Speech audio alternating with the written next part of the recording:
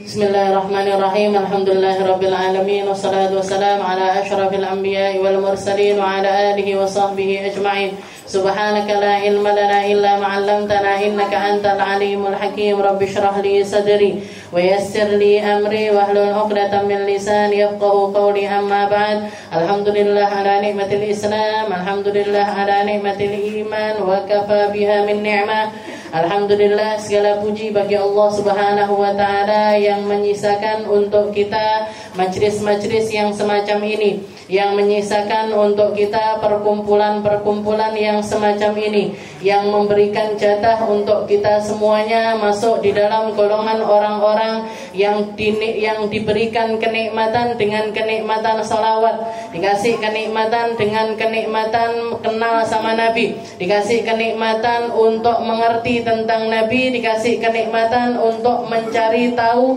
semakin jauh tentang Rasulullah sallallahu alaihi wasallam. Semoga apa yang kita lakukan ini menjadi bukti bahwasanya kita adalah orang-orang yang serius di dalam mencari warisannya Nabi Muhammad sallallahu alaihi wasallam, menjadi bukti bahwasanya kita adalah orang-orang yang serius untuk menyelamatkan diri kita di dunia sampai di akhirat nanti, dan kita, anak cucu kita, orang tua kita, semua orang yang kita sayangi dijaga di dalam akidah-akidah yang semacam ini.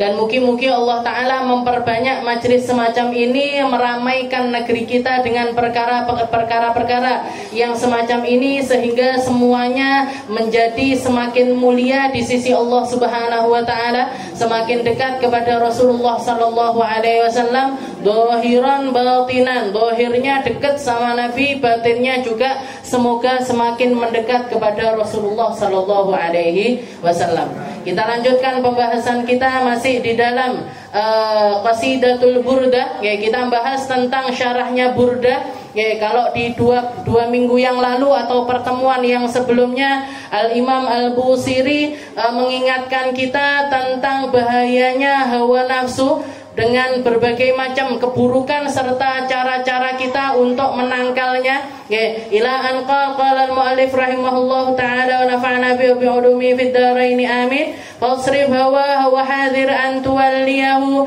innal hawa ma tawalla yusmi aw yasimi, wa ra'iha wa hiya fil a'mali sa'imatun, wa in hiya istahlatil mar'a fala tusimi.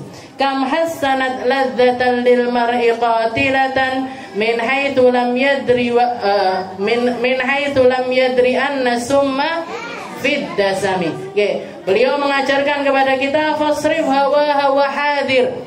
Selalulah kamu berpaling dari hawa nafsumu, dan selalulah kamu itu berhati-hati dengan apa yang dibicarakan oleh hawa nafsumu. Innal hawa ma tawalla yusmi aw yasimi. Karena penurutan terhadap hawa nafsu itu ujungnya adalah kamu yang dibunuh oleh hawa nafsumu, sehingga kamu tidak mampu lagi merasakan cahayanya Allah, sehingga kamu tidak mampu lagi untuk ngambil perkara-perkara yang datangnya dari Rasulullah Sallallahu Alaihi Wasallam. Kalaupun kamu tidak dibunuh oleh hawa nafsumu, maka kamu akan dicacatkan oleh hawa nafsu tersebut. Kamu akan dicacatkan. Kamu nggak ngerti gimana caranya muamalah sama orang. Kamu nggak ngerti gimana caranya ngomong yang baik sama orang. Kamu nggak ngerti langkah mana yang harusnya kamu pilih di dalam setiap langkah-langkahmu. Ini pertanda kalau apa? Ini pertanda kalau ada yang cacat dari diri kita akibat dari penurutan hawa nafsu itu sendiri. Jadi nafsu itu harus dilawan, nafsu itu harus terus dididik. Harus terus dididik. Pertama dengan cara dipaksa, setelah itu mulai tunduk, setelah itu mampu menikmati seperti apa yang dinikmati oleh Rasulullah Sallallahu Alaihi Wasallam. Puncaknya adalah ketika kita mampu menyelaraskan hawa nafsu kita dengan hawa nafsunya Nabi Muhammad Sallallahu Alaihi Wasallam. Apa Apa yang jadi senengannya Nabi bisa jadi senengannya kita. Apa yang diridhoi sama Nabi bisa menjadi sesuatu yang kita ridho. Atas hal tersebut, apa yang dijalani oleh Nabi menjadi jalan hidup kita juga. Nabi Muhammad memilih seumur hidupnya makan pakai tangan kanan, saya juga pakai tangan kanan. Nabi Muhammad memilih untuk ngajarkan kita untuk melakukan berbagai macam kebaikan, kita memilih untuk ngambil kebaikan-kebaikan tersebut. Ini adalah al-muwafaqatun nafas. Jadi penyelarasan hawa nafsu, penyelarasan keinginan diri dengan apa yang diinginkan oleh Nabi Muhammad, dan ketika itu menjadi keinginannya Nabi Muhammad, itu sudah pasti jadi keinginannya Allah Subhanahu wa taala. Makanya para ulama mengatakan innalillahi rijalun, sesungguhnya Allah Ta'ala itu punya di antara hamba-hambanya itu selalu ada aradu ma aradullah, yang keinginannya mereka ini sesuai dengan keinginannya Allah Subhanahu wa taala. Jadi pengennya dia itu sesuai dengan pengennya Allah Subhanahu wa taala. Keinginannya dia, apa yang dia harapkan itu sama seperti apa yang diharapkan oleh Allah dan juga Rasulullah Shallallahu alaihi wasallam. Kayak yang kemarin kita bahas banyak tentang Sayyidina Umar. Sayyidina Umar itu berapa banyak ayat Al-Qur'an yang turun gara-gara beliau. Dilihat perempuan-perempuan ini kok sudah kayak nggak aman. Ya Rasul, kenapa kok nggak nyuruh perempuan-perempuan ini pakai kerudung aja, pakai hijab saja? Turun ayat hijab.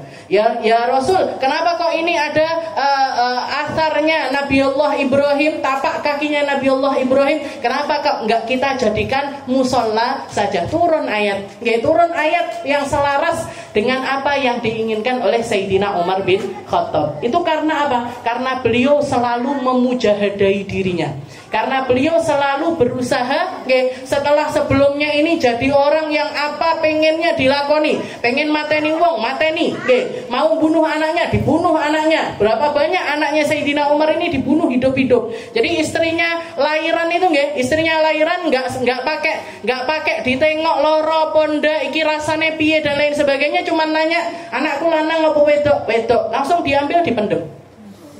Sampai 9 orang. 9 orang itu dibunuh dalam keadaan ibu esek ngelarani dari sakitnya. Dari sakitnya melahirkan itu belum kering jalan lahir itu, tapi anaknya sudah dibunuh sama bapaknya sendiri, yaitu Sayyidina Umar bin Khattab. Sampai Rasulullah mengatakan, apa enggak gerak sama sekali hatimu wahai Umar? Enggak ya Rasul, enggak gerak sama sekali hati saya kecuali di anak saya, yang ada satu anak saya yang bikin saya tergerak. Yang punya keinginan apa, tak biarin hidup aja ya putriku yang satu ini. Karena apa? Karena istrinya begitu lahiran anaknya perempuan tahu kalau bakalan dibunuh, disembunyikan. Sampai umur 2 tahun dipacai kayak cah lanang, pakai baju laki dan lain sebagainya. Umur 2 tahun, 3 tahun waktunya Sayyidina Umar, waktunya dihandle sama laki-laki. Waktunya dihandle sama bapaknya, diajarin mana, diajarin berkuda, diajarin main tombak dan lain sebagainya. Diajak pergi ke padang pasir, ternyata anaknya kebelet pipis. Akhirnya ketahuan di situ. Ternyata anaknya perempuan, nggak pakai dibawa pulang ke rumah, nggak pakai rembukan sama orang rumah, langsung dibawa ke tempat yang lebih sepi lagi. Beliau langsung nggali kuburannya dan anaknya ini langsung dimasukkan ke situ. Langsung dimasukkan ke situ. Si anak ini megang-megang jenggotnya Sayyidina Umar. Abah kita mainan apa? Kita lagi main apa? Wa ana ahutsu alaihi turab, katanya Sayyidina Umar, dan aku lagi nimbun dia dengan tanah yang akan menjadi kuburannya dia sendiri. Jadi seperti itu keadaannya Sayyidina. Tapi begitu cahayanya Allah Ta'ala masuk ke dalam dirinya, setelah beliau masuk ke dalam agamanya Allah, masuk ke dalam agama Islam, berubah semuanya. Apa yang dulu beliau rasa menjadi sesuatu yang nuruti hawa nafsunya, dijadikan seperti apa yang diridhoi sama Rasulullah Shallallahu alaihi wasallam. Kalau kita lihat di dalam sejarah, Sayyidina Umar itu termasuk sahabat yang paling cerewet. Teko terus sama Rasul, nanya terus sama Rasul. Rasulullah ngomong apa dijawab. Rasulullah ngasih faedah, ngasih amalan para sahabat untuk membaca surat Al-Ikhlas 3 kali. Katanya Nabi, orang yang baca surat Al-Ikhlas 3 kali, banallahu lahu baitan fil jannah. Allah Ta'ala bangunkan untuk orang tersebut rumah di dalam surga. Katanya kalau 6 ya Rasul, kalau 6 ya 2, kalau 9 ya Rasul, 9 ya 3. Nggih, katanya Sayyidina Umar, terus omahe dhewe wakeh no ya Rasul. Ning surga omahe awake dhewe wakeh. Nggih. Katanya Rasulullah, tambah banyak, tambah bagus wahai Umar, karena kalau rumahmu di dalam surga enggak seperti rumahmu di dunia. Berapa banyak orang bangun rumah di dunia, belum sempat menikmati rumah tersebut sudah keburu meninggal dunia. Nggih, Umie pernah ngitung-ngitung abah saya ninggali rumah ini, nggih. Setelah bangun rumah ini, setelah bisa bangun, setelah itu ditempati, nggak sampai 30 tahun. Nggih, nggak sampai 30 tahun, 20 tahun sekian abah saya meninggal dunia. Berarti 20 tahun di dalam menikmati rumah ini. Nggih, sekarang yang ninggali siapa ya? Anak-anake. Nggih, bojone, anak-anake, putune, terus nanti sampai ke bawah. Nah, tapi kalau di dalam surga kita punya rumah banyak, maka setiap dari rumah-rumah itu kita akan bisa menikmatinya sampai puas. Nggih, sak blokekmu. Nggih, arepe ning omah iki 100 tahun, ning omah iki 200 tahun, omah iki 300 tahun, terserah kita. Nggih, terserah kita. Dan rumah itu rumah yang enggak perlu direnovasi. Nek enek ceritane omah ning surga cete ngelontok ndek enek, nggih, enggak usah golek tukang bocor dan lain sebagainya. Enggak usah mumet mikirne sewone wis teko dan lain sebagainya, enggak perlu. Nggih. Jadi katanya Sayyidina Umar, terus akeh ya Rasulullah awake dhewe. Nggih, banyak, semakin banyak semakin baik. Jadi Sayyidina Umar itu orang yang memang punya keinginan-keinginan, istilahnya punya sifat hati berbeda dibandingkan Sayyidina Abu Bakar. Nah, Sayyidina Abu Bakar itu lemah lembut, terus tenang dan lain sebagainya, khusyuk. Khusyuk luar biasa. Sayyidina Abu Bakar, kalau Sayyidina Umar orangnya meledak-ledak. Orangnya meledak-ledak, tapi senengane tekok, tapi hawa nafsunya ini setelah rasuk di dalam jiwanya ini, cahaya la ilaha illallah, maka hawa nafsunya ini selaras dengan apa yang diinginkan oleh Allah Subhanahu wa taala. Dan itu menjadi perjuangan yang selalu dan selalu. Nggih.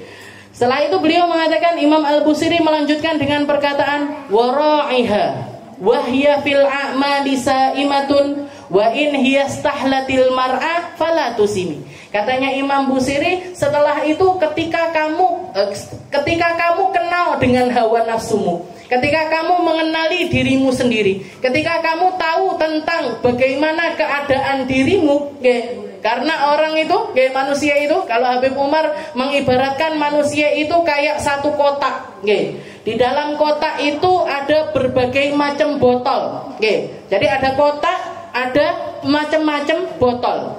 Ketika kita nggak mau buka dari kotak tersebut, kita nggak akan pernah tahu isi dari botol-botol tersebut.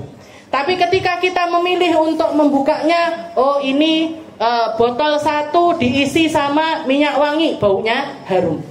Satu lagi botol diisi air minum, oh nggak ada baunya. Satu botol lagi diisi dengan sesuatu yang baunya nggak enak, oh berarti ini perlu saya buang atau saya ganti dengan isi yang lainnya. Nah, kita akan tahu keadaan diri kita ketika kita membukanya. Ketika kita buka, habis itu kita teliti satu persatu.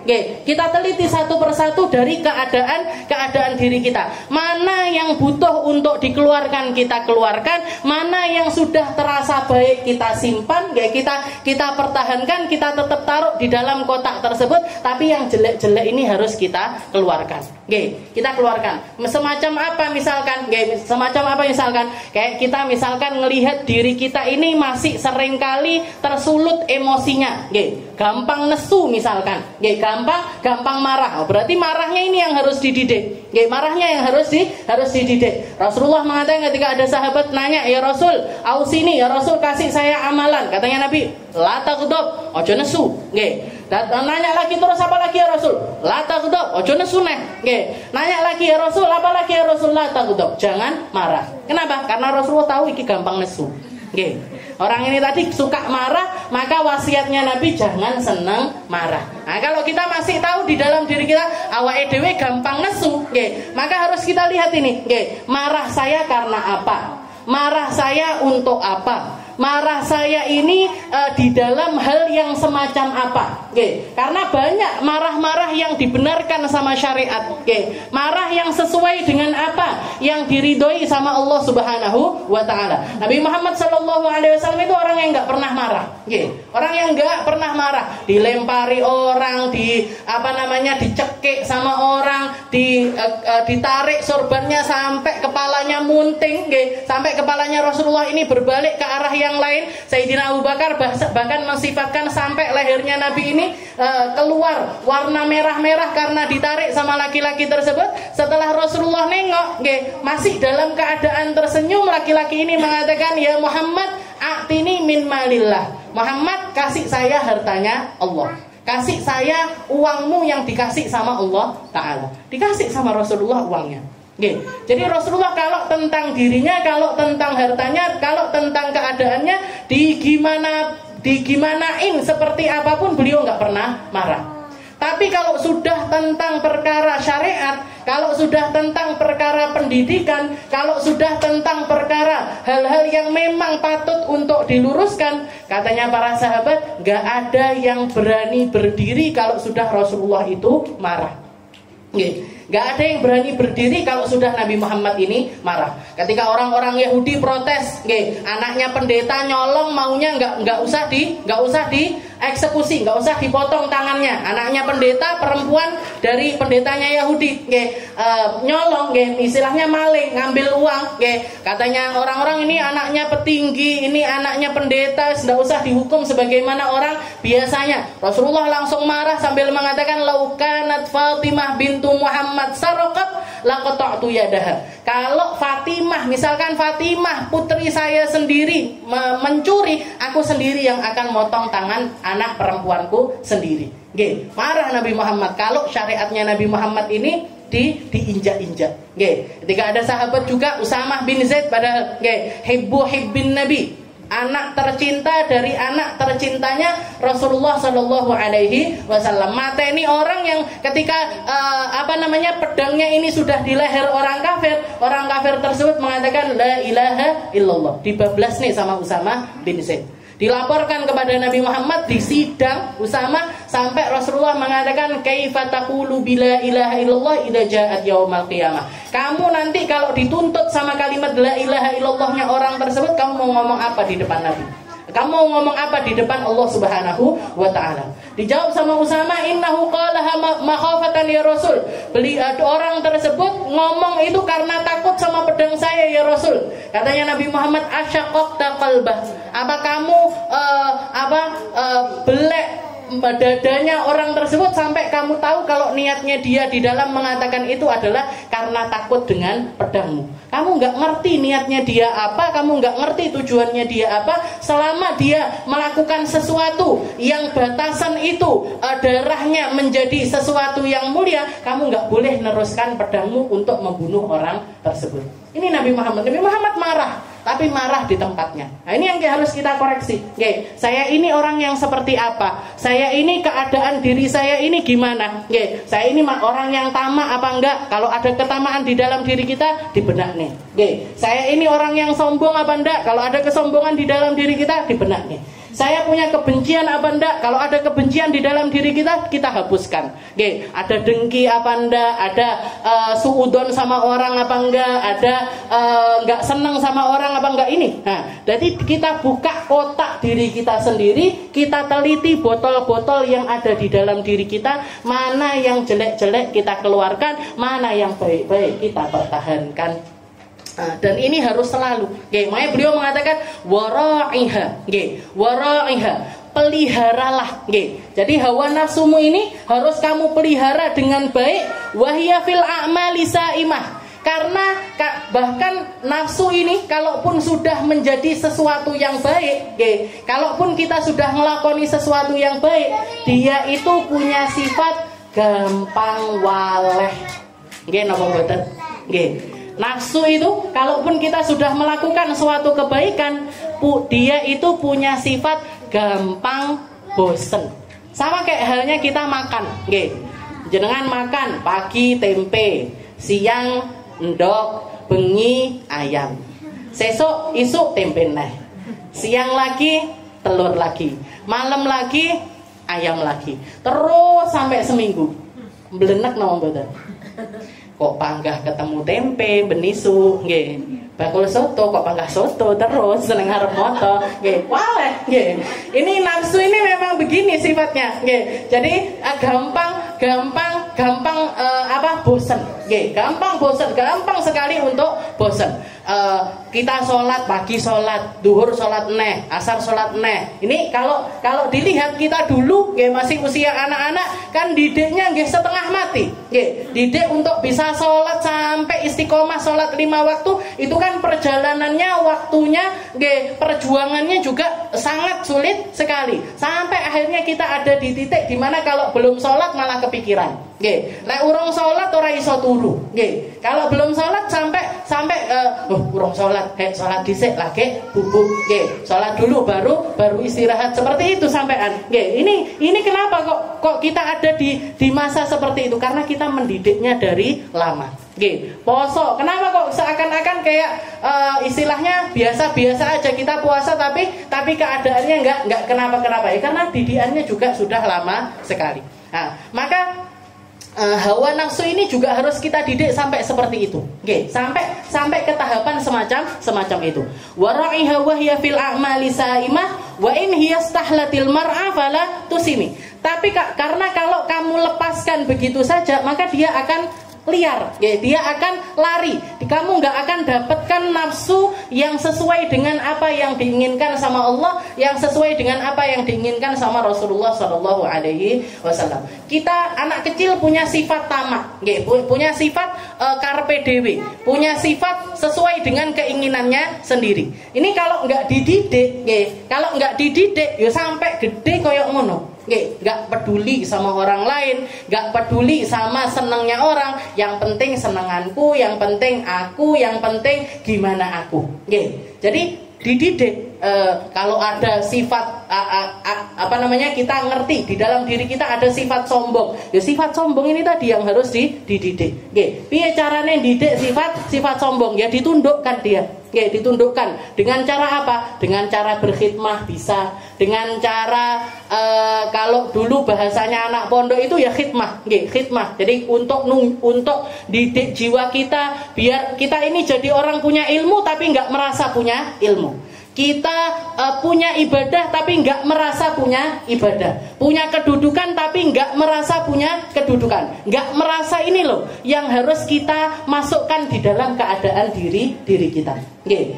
Wa in yastahla. Tapi kalau kita biarkan aja, kita punya sombong di tok nih, tambah mumbul. Kalau kita punya sifat rakus terus nggak dididik, tambah rakus. Terus seperti itu. Makanya pendidikan hawa nafsu ini harus kita, jadi diteliti itu tadi, kita teliti dulu mana yang buruk-buruk dari kita. Setelah itu kita lepaskan satu-satu. Dibenak nih siji. Kalau pembenahannya tentang diri kita, ya kita benahi dengan diri kita sendiri. Kalau itu kaitannya dengan orang lain, kayak benci sama orang atau nggak seneng sama orang, dendam sama orang, punya masalah sama orang, ya dibenaknya sama orang sesuatu yang berkaitan dengan orang tersebut. Makanya bahkan para guru-guru kita itu mengatakan kalau misalkan ada seorang anak yang terdidik dan dia punya sakit hati dengan orang tuanya sendiri, ada kan banyak sekarang anak-anak yang punya rasa sakit hati terhadap orang tuanya sendiri. Mungkin orang tuanya nggak perhatian, mungkin orang tuanya bercerai, mungkin orang tuanya ini punya problem dan lain sebagainya. Sampai anak ini dendam sama orang tuanya. Ini kalau dia nggak nyelesaikan rasa nggak enaknya sama orang tua yang bikin dia itu terhalang untuk melakukan bakti kepada orang tuanya, nanti dia akan dapat anak yang juga akan membenci dirinya. Nanti kalau nggak selesai juga anaknya lagi benci sama dia, dan terus seperti itu jadinya kayak rantai setan. Gimana caranya kita mutus ini? Caranya benak nih biar kita ini bisa, biar anak-anak kita ini nggak punya rasa sakit hati dengan kita dan dia bisa berbakti kepada kita. Maka jalannya adalah kita putus dengan cara kita memperbaiki apa yang terjadi antara kita dengan orang tua kita. Nggih. Dadi awake dhewe dhisik kudu memaafkan orang tua kita, ngerteni orang tuanya kita, benahin apa yang terjadi antara kita dengan orang tua kita. Orang tua kita boleh nggak perhatian, tapi saya nggak boleh nggak perhatian sama orang tua. Jadi bukan ke anaknya, tapi ke orang tua. Dibenaknya dhisik antara anak tersebut dengan orang tuanya. Karena apa? Karena kalau hubungan antara dia dengan orang tuanya nggak baik, dia nggak akan bisa memperbaiki hubungannya dengan anaknya sendiri. Jadi kalau hadisnya Nabi Rasulullah itu mengatakan birru abaakum tabirrukum abnaukum. Wa'ifu ta'if nisaukum. Katanya Nabi, kalian jadilah anak-anak yang berbakti kepada orang tua, maka kamu akan dikasih anak-anak yang akan berbakti kepada dirimu. Kamu berbakti dulu sama orang tua. Seburuk apapun orang tuamu, kamu punya kewajiban untuk berbakti sama orang tua. Nah, nanti kamu baru akan dikasih karunia sama Allah Ta'ala bakti dari anak-anakmu. Jadi istilahnya gampangnya itu kalau jadi orang tua, apa yang kamu inginkan untuk anakmu, memberikannya kepada dirimu, lakukan itu untuk orang tuamu.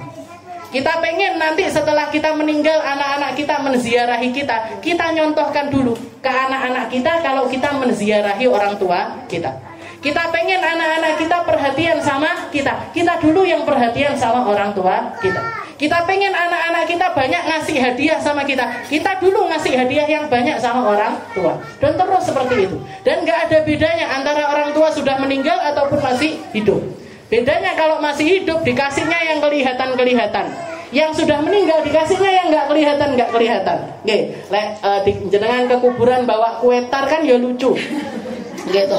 Bawa kue tar ke kuburan lucu. Nah, kalau orang tuanya masih ada dibawain kue tar nggak apa-apa.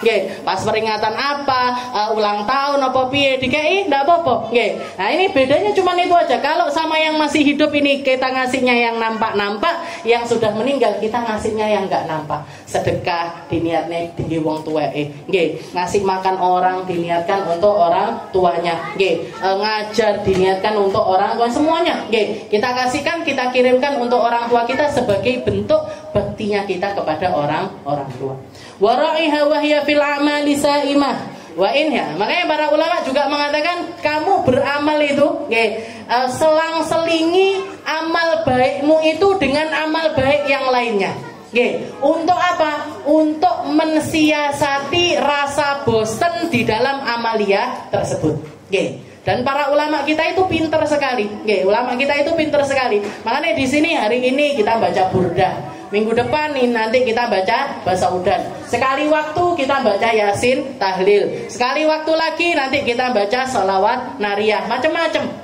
Di nakni dibeda-bedakan. Biar apa? Biar kita tetap memenuhi nafsu kita di dalam kebaikan, tapi juga menghilangkan rasa bosan di dalam nafsu tersebut. Jadi baca maulid, pengen baca maulid, banyak pilihannya. Mau tibaan kah, Arab berjanjian kah, Arab azapan kah, mau maulid habsyi kah, mau dia ulame apa, macam-macamnya, biar kita itu tetap ada di dalam koridor kebaikan, tapi nafsu kita ini nggak bosen di dalam melakukan kebaikan tersebut. Dikasih pengajian biar apa ya? Biar ada manis-manisnya. Kayak air putih.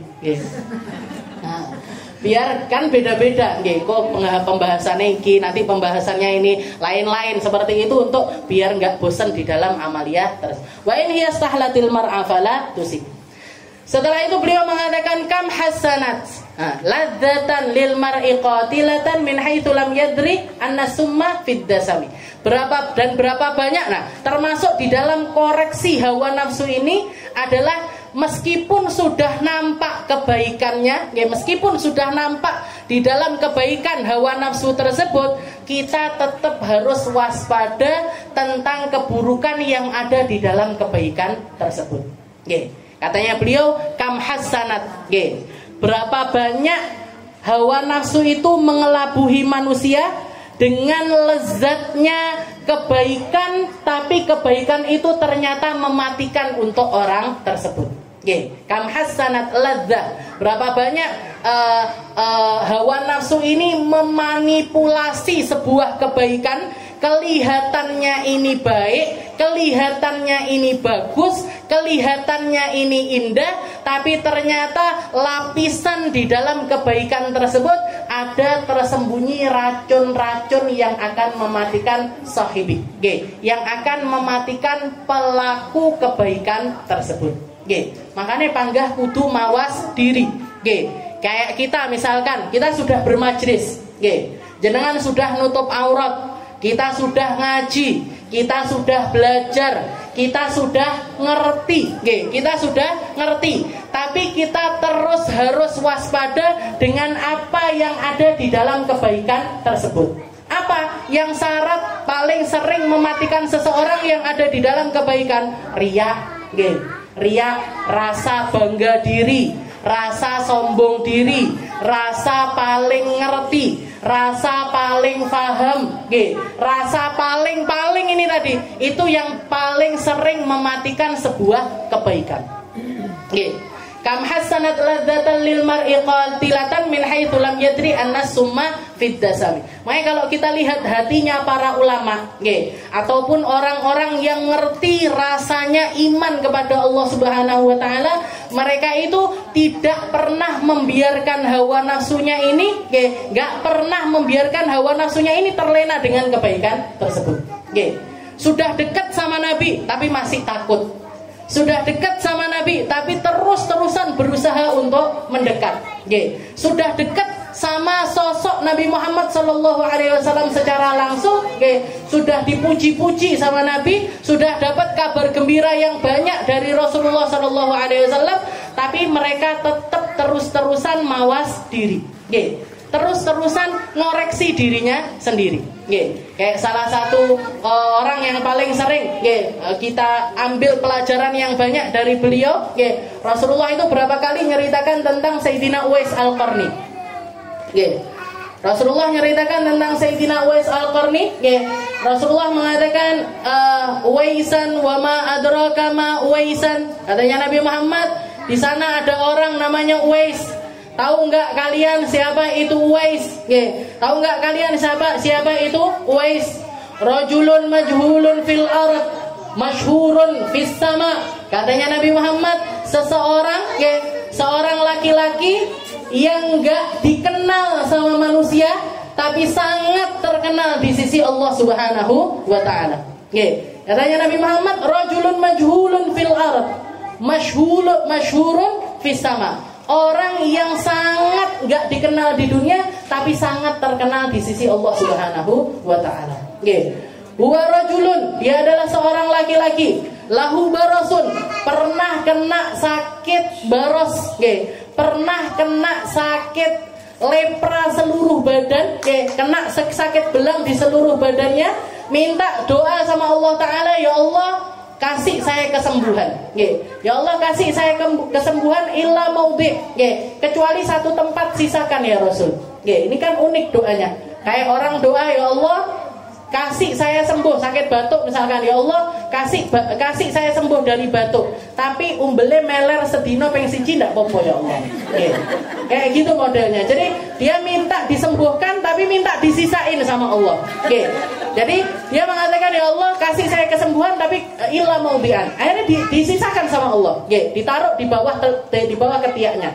Jadi setiap kali nengok ke ketiaknya dia bakalan ingat, ya Allah saya dulu pernah sakit kulit seluruh badan tapi engkau sembuhkan. Bersyukur lagi, bersyukur lagi, bersyukur lagi. Itu yang dijalani sama Uwais. Uwais ini orang Yaman, dari provinsi Murad, dari provinsi Murad, dari daerah namanya Qarn, dari daerah namanya Qarn. Dia pengen banget sezaman sama Nabi, hidup sezaman sama Rasulullah SAW, tapi nggak dapat kesempatan untuk ketemu sama Nabi. Pernah berangkat ke Madinah, tapi Rasulullahnya lagi pergi perang. Rasulullah lagi pergi perang, notoki pintunya para sahabat-sahabat, pergi ke masjid dan lain sebagainya. Ternyata nggak ketemu sama Nabi Muhammad. Akhirnya beliau pulang. Karena waktunya nggak banyak, karena ngerawat ibunya yang lagi sakit. Jadi seperti itu. Ini Uwais Al-Qarni. Yang bisa kita ambil pelajaran, beliau ini nggak pernah melepaskan dirinya untuk ngoreksi diri. selalu dan selalu ngingetin dirinya dengan gimana caranya biar beliau ini tetap diridhoi sama Allah Subhanahu wa taala. Sudah dapat pujian selangit dari Nabi. Rajulun majhulun fil ard masyhurun fis sama. Dia orang mulia di sisi Allah meskipun di antara manusia ini enggak ada nilainya sama sekali. Nggih. Sampai Rasulullah mengatakan kepada Sayyidina Umar sama Sayyidina Ali, "Ya Umar wa ya Ali, idza laqituma," nggih, kalau kamu ketemu sama Uwais, fastaghfir lakuma yaghfirullahu lakuma. Minta Uwais untuk doakan kamu, nanti kamu bakalan diampuni sama Allah taala berkah dari doanya Uwais Al-Qarni. Ini padahal kalau dilihat antara Sayyidina Abu Bakar, antara Sayyidina Umar sama Sayyidina Ali dengan Sayyidina Uwais Al-Qarni, semua ulama sepakat beliau ini berdua ini lebih tinggi derajatnya di sisi Allah daripada Uwais Al-Qarni. Karena beliau sahabat, sedangkan Uwais ini adalah tabi'in, gak pernah ketemu sama Rasul. Tapi sama Rasulullah suruh minta doa. Oke, suruh minta doa. Ini nunjukkan kalau apa? Nyambung sama orang baik itu selalu baik.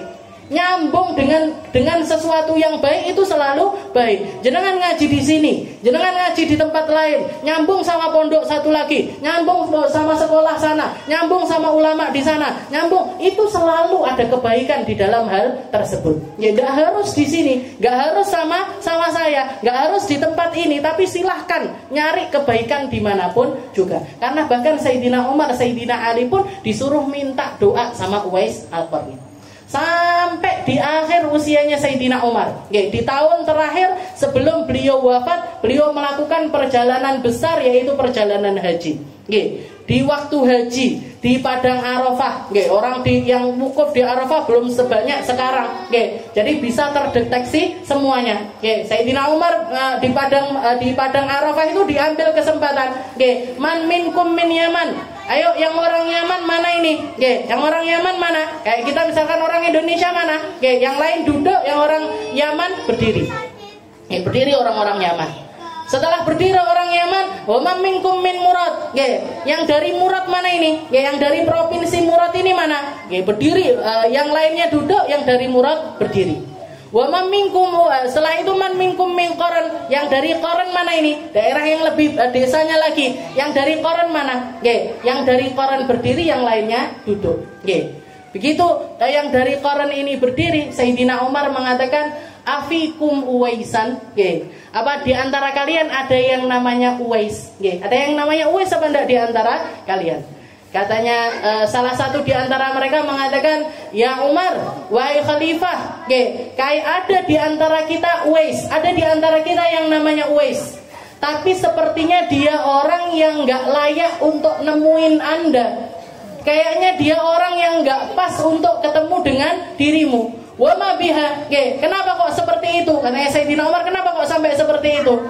Huwa rajulun lahu junnah. Dia orang yang di otaknya ini ada errornya.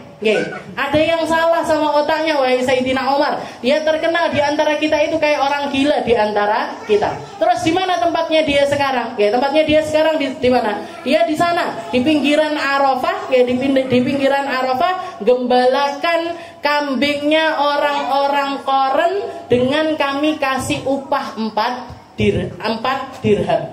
Kami kasih uang dengan upah 4 dirham di sana. Jadi ketika orang ini mengatakan bihajunnah ya Umar, beliau ini dia ini adalah orang yang di otaknya ada bahlulnya, ada gilanya. Katanya Sayyidina Umar, bikalabih, kamu sing gila bukan dia. Kamu yang gila bukan dia. Ayo Ali, gum ya Ali. Digandeng Sayyidina Ali, diajak marani Uwais Al-Qarni. Didapati Uwais Al-Qarni lagi sholat, kambingnya ini digembalakan di depannya. Di depannya ini kambing-kambing, dia sholat di bawah pohon. Sayyidina Umar menunggu sampai selesai sholat, habis itu dipanggil. Assalamualaikum, dijawab waalaikumsalam.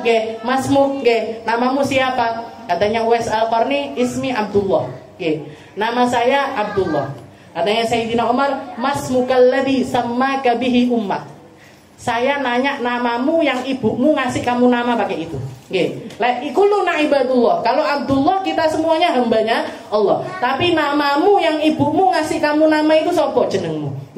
Maka beliau mengatakan Uwaisan ya Umar.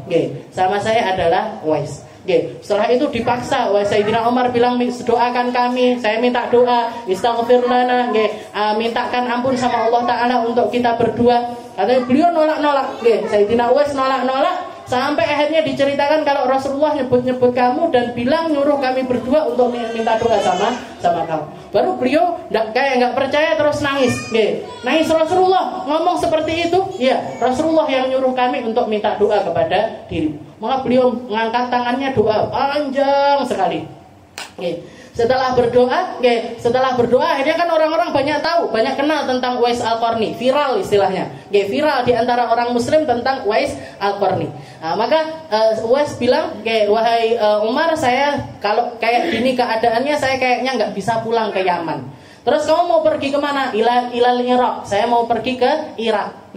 Kalau gitu ini tunggu dulu. Nanti tak kasih bekal makanan, tak kasih bekal uang, tak kasih bekal pakaian. Katanya Sayyidina Uwais, "La ya Umar, enggak usah wahai Umar." Inna li arba' darahim. Saya ini punya uang 4 dirham. Dan saya enggak ngerti saya bisa menghabiskannya atau enggak. Saya nggak ngerti saya bisa menghabiskan uang 4 dirham ini atau ajal saya yang mendahului saya. Kamu mau ngasih saya baju nggak perlu wahai Umar. Innali hadza thiyab. Saya punya baju ini dan saya nggak ngerti saya bisa pakai baju ini sampai dia akan lusuh atau saya akan yang mati duluan sebelum baju ini lusuh. Ya Umar, wahai Khalifah, inna lana Akobatun kahda. Katanya beliau, wahai Sayyidina Umar, sesungguhnya kita ini punya perjalanan jauh sekali. Kita punya perjalanan sulit sekali. Kita punya perjalanan penuh dengan tanjakan.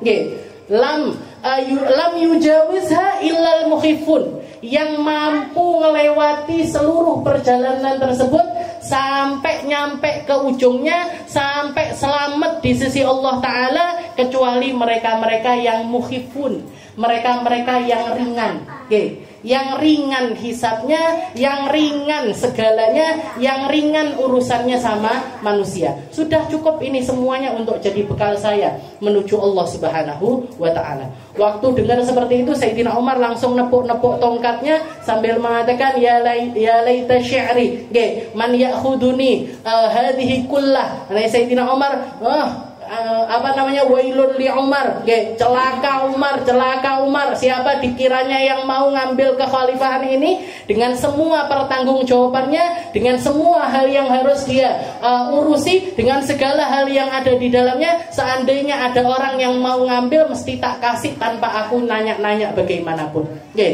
Setelah itu Sayyidina Umar nawarkan, kalau gitu kalau kamu nggak mau tak kasih apa-apa, kalau gitu saya tuliskan surat aja kepada pemimpin yang ada di negeri Irak untuk kamu itu diopeni, dikasih tempat, dikasih naungan dan lain sebagainya. Katanya Sayyidina Uwais, nggak usah wahai Umar, nggak usah. Ini uhibbu an akuna, saya lebih senang jadi orang-orang yang bebas di antara manusia.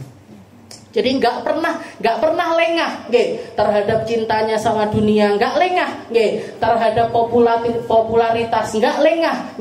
Sayyidina Umar pun demikian, suruh minta doa sama Rasulullah, beliau mundurkan diri untuk minta doa. Dan terus mengatakan, saya pemimpin, saya khalifah, saya dekat sama Rasul, saya berkali-kali duduk sama Nabi. Enggak, beliau tetap merunduk untuk marani Sayyidina Uwais Al-Qarni. Sampai akhirnya lama nggak dapat kabar. Ada kisah-kisah yang selenting-selenting nyeritakan tentang Uwais Al-Qarni. Ada satu orang, dengerin percakapannya Uwais Al-Qarni. Jadi di masa mudanya Uwais Al-Qarni ini kerjaannya gembalakan kambing.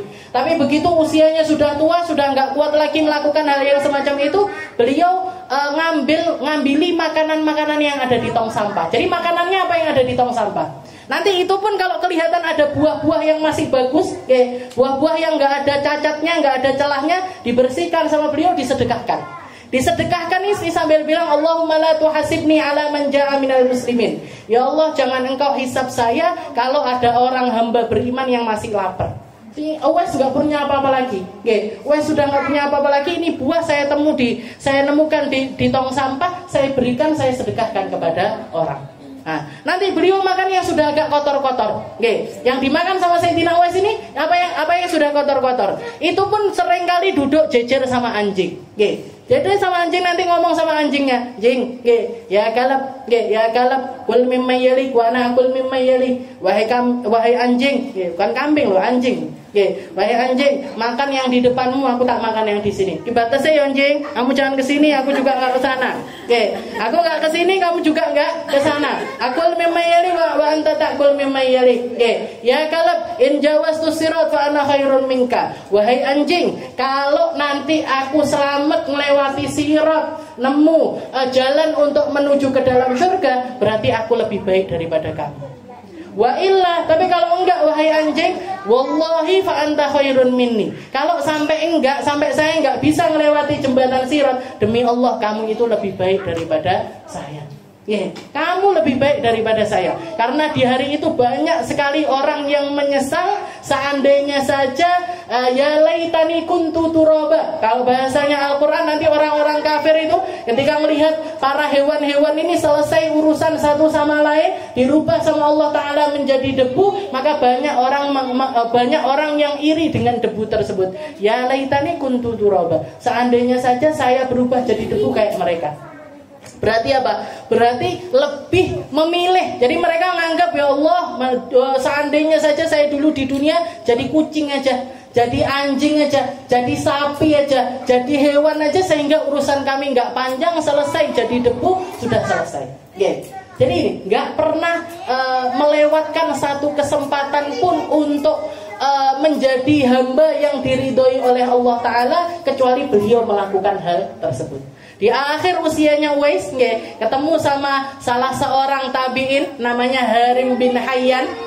Ketemu Sayyidina Uwais ini duduk-duduk di pinggir sungai, di pinggir sungai Furat, kakinya dicemplung nih ke dalam sungai, diparani sama Harim bin Hayyan ini tadi. Setelah itu Harim bin Hayyan mengatakan, "Assalamualaikum waalaikumsalam, anta Uwais bin Amir Al-Qarani? Apakah kamu Uwais putranya Amir yang datang dari negeri Qaran?"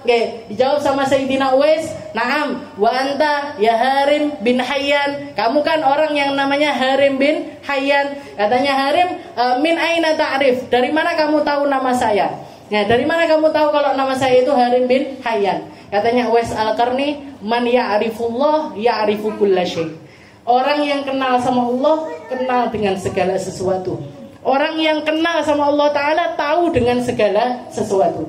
Terus dinasehati, minta nasihat ini itu, didoakan dan lain sebagainya. Setelah itu Harim bin Hayyan mengatakan, "Kita ketemu lagi ya nanti. Kapan-kapan saya minta nasihat lagi, kapan-kapan kita ketemu lagi, kapan-kapan kita ngobrol-ngobrol lagi." Katanya Uwais Al-Qarni, "Lah, nggak usah. Nanti kita ketemu indah haudin Nabi, di samping telaganya Rasulullah Sallallahu Alaihi Wasallam.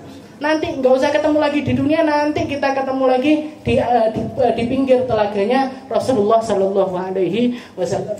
Setelah itu dikatakan nggak lama setelah itu terjadi perang Siffin, dan Uwais Al-Qarni ini ditemukan meninggal di barisannya Sayyidina Ali bin Abi Thalib. Jadi meninggal syahid di perang di bawah benderanya Sayyidina Ali bin Abi Thalib. Jadi nggak pernah kesempatan untuk doa dikasihkan. Beliau nggak pernah punya majelis. Uwais Al-Qarni ini nggak pernah punya majelis. Yo nggak duwe madrasah, nggak duwe madrasah, nggak duwe majelis, nggak punya rutinan, nggak duwe rutinan Senin apa Selasa apa Rebo apa Kamis, nggak duwe.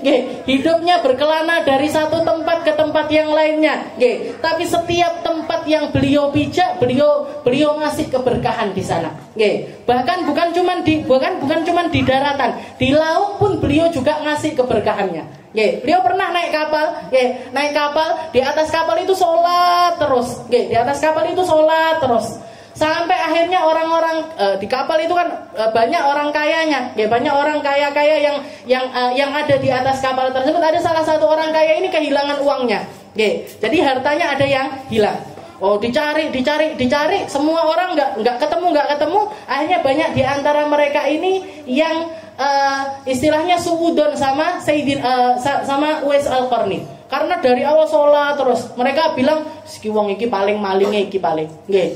Kok dia sholat aja. Nggih, kok sholatnya ini buat nutupi keburukannya dia. Nggih, jadi banyak orang suudon sama Sayyidina Uwais. Sampai hanya di tengah lautan, nggih, kalaupun Sayyidina Uwais enggak marah, Tuhannya Sayyidina Uwais marah. Nggih. Akhirnya terjadi badai, kapale Malik, nggih, kapale Malik semua orang tenggelam dan Sayyidina Uwais ini tetap sholat. Jadi sholat di atas laut, nggih. Jadi beliau tetap sholat terus, nggih. Begitu salam kelihatan orang-orang sudah porak-poranda, nggih. Kapalnya sudah habis, orang-orang tenggelam semuanya. Akhirnya semuanya mengatakan ya wali Allah, nggih. Wahai wali Allah, wahai kekasihnya Allah, nggih. Kok bisa kamu nggak tenggelam, kok kami ini tenggelam? Katanya Sayyidina Uwais, li'annakum thaqil wa ana khafif. Karena aku ringan, kamu berat. Nggih. Karena aku ringan, kamu berat. Katanya mereka, memangnya berapa beratmu? Kok sampai kamu itu nggak tenggelam itu memangnya berapa beratmu? Kayaknya kita beratnya hampir mirip-mirip, tapi kenapa kok kamu itu tetap ada di atas air? Katanya Sayyidina Uwais, athqalakum hubbukum lidunya. Yang bikin kamu berat adalah kecintaanmu kepada dunia. Bukan apa-apa, bukan berat badan, bukan timbangan, tapi yang bikin kamu berat adalah kecintaanmu kepada harta duniawi. Nggih. Kalau gitu wahai walinya Allah, minta doakan kami, nggih. Doakan kami semuanya untuk diselamatkan sama Allah Taala. Hanya beliau mengangkat tangannya, minta doa kepada Allah Taala, nggih. Akhirnya ada ombak yang pelan-pelan bawa semua orang itu sampai ke tepian. Nggih. Begitu nyampe ke tepian, nggih, beberapa nyeletuk ngene iki awake dhewe selamat tapekno hartane kabeh entek. Hartanya semuanya hilang. Nggih, sik mikir donya sih an. Nggih. Ini orang-orang ahli dunia wis delok koyo ngene panggah ae. Nggih. Tapi harta kita semuanya tenggelam. Nggih. Katanya Sayyidina Uwais, kalau saya minta sama Allah Taala sekali lagi harta kalian dikembalikan, mau enggak kalian bikin janji? Janji apa wahai Uwais? Janji semua harta yang tenggelam itu kalian sedekahkan kepada orang-orang. Nggih. Jadikan harta itu semuanya kamu sedekahkan. Ya sudah, nggak apa-apa. Nggih. Beliau minta lagi, ngangkat tangannya lagi ke atas langit dan satu persatu harta mereka keluar dari laut. Nggih. Keluar dari laut. Ketika orang-orang sudah ribut sama hartanya, beliau melipir pergi. Nggih. Melipir pergi. Ada satu orang yang mengatakan, ya wali Allah man anta. Wahai kekasihnya Allah, kamu ini sebenarnya siapa? Nggih. Ismi Uwais Al-Qarni. Nggih, beliau teriak sambil mengatakan saya adalah Uwais Al-Qarni. Terus hilang lagi. Nggih. Gitu tok Bu perginya. Nggih, enggak punya rutinan, enggak punya majelis, enggak punya apa-apa, tapi ceritanya sampai sekarang bahkan Rasulullah mengatakan Uwais Al-Qarni nanti di hari kiamat ketika Allah Taala nyuruh ahli syurga masuk ke syurga, orang ahli neraka masuk ke dalam neraka. Yu'ta bi Uwaisin, Uwais Al-Qarni akan dipanggil, disuruh masuk ke neraka. Katanya para sahabat, katanya orang baik ya Rasul, kok disuruhnya ke neraka bukan ke surga? Katanya Rasulullah, dia pergi ke neraka untuk menyelamatkan jutaan ribu orang yang sudah masuk ke dalam neraka, dia pindahkan ke surga. Okay. Jutaan orang, sebanyak suku Khazraj dan juga suku Aus, katanya Nabi. Sebanyak, kalau bahasanya kita, sebanyak orang Sunda sama Jawa. Bayangkan. Orang Sunda sama Jawa ini dari zaman dulu sampai sekarang ada. Oke, Rasulullah mengatakan yang diselamatin sama Uwais yang sudah masuk ke dalam neraka untuk diselamatkan masuk ke dalam surga itu sebanyak 2 suku paling besar di negeri Madinah. Oke, sebanyak 2 suku besar yang ada di Jazirah Arab. Sampai Habib Umar kalau cerita tentang Uwais seperti ini, beliau mengatakan kayaknya sampai zaman sekarang pun, sampai detik ini pun masih tersisa jatah syafaatnya Uwais Al-Qarni untuk orang-orang zaman sekarang. Saking banyaknya yang diselamatkan sama Uwais Al-Qarni. Karena apa? Karena seperti itu hidupnya. Hidupnya dipakai lillah, wa fillah, wa ma'allah. Hidupnya di jalannya Allah, membersamai Allah, dan selalu melakukan apa-apa itu karena Allah. Jadi nggak ada celah di dalam kehidupannya. Semua hal yang beliau lakoni ini karena apa? Ini karena beliau menjaga hawa nafsunya, dijaga keinginannya, dijaga muamalahnya, dijaga niatnya, dijaga ilmunya, dijaga kecintaannya sama Allah Ta'ala dan kecintaan sama Rasulullah ini dijaga terus sehingga beliau menjadi seseorang yang amat sangat mulia. Mungkin kita nanti ketemu sama Uwais Al-Qarni, dapat syafaatnya Uwais Al-Qarni, tapi gak usah mlebu neraka, gak usah dadak mlebu neraka, tapi kita bisa kenal, bisa dekat, bisa diselamatkan sama Uwais Al-Qarni. Kita, orang tua kita, anak cucu kita, orang-orang yang kita cintai, semoga semuanya bisa merasakan nikmatnya dekat sama orang-orang baik, nikmatnya muamalah bersama orang-orang baik, nikmatnya ngerti tentang amaliyah mereka, sehingga kita banyak bisa belajar dari orang-orang semacam itu. Dan selanjutnya wahsyaddasa Aisyah min ju'i wa min shiba'in farubba makhmasatin syarram minat tukhami wallahu a'lam bisawab. Insyaallah kita lanjutkan di pertemuan kita yang selanjutnya.